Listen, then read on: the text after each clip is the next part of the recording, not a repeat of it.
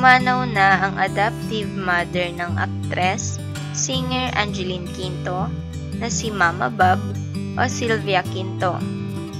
November 7 nang kumpirmahin ito ni Angeline sa kanyang social media accounts. Mag-iingat ka sa paglalakbay, Mama. Hindi man kita maaalalayan sa paglalakad ngayon patungo sa paraiso.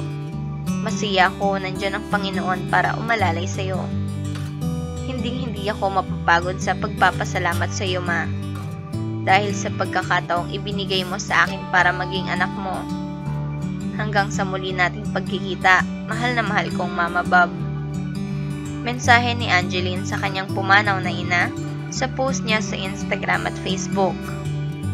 November 8 naman sa latest post ni Angeline ay makikita rito ang burol ni Mama Bob na pinalibutan niya naman ng paboritong bulaklak ng kanyang ina. Yan ang pinakagusto mong bulaklak, Mama. Alam ko gustong-gusto mo yung maraming puti at old rose na kulay.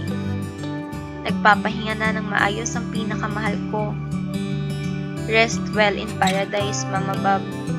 I love you, Mama. Lahad ni Angeline sa kanyang latest post.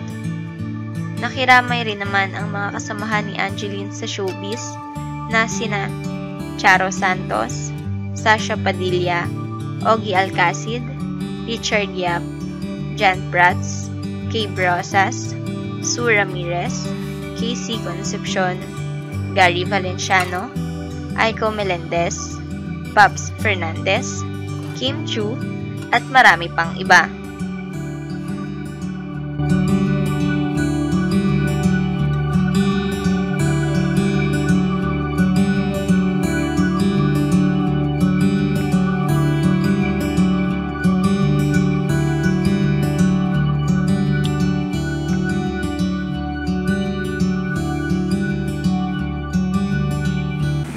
Share for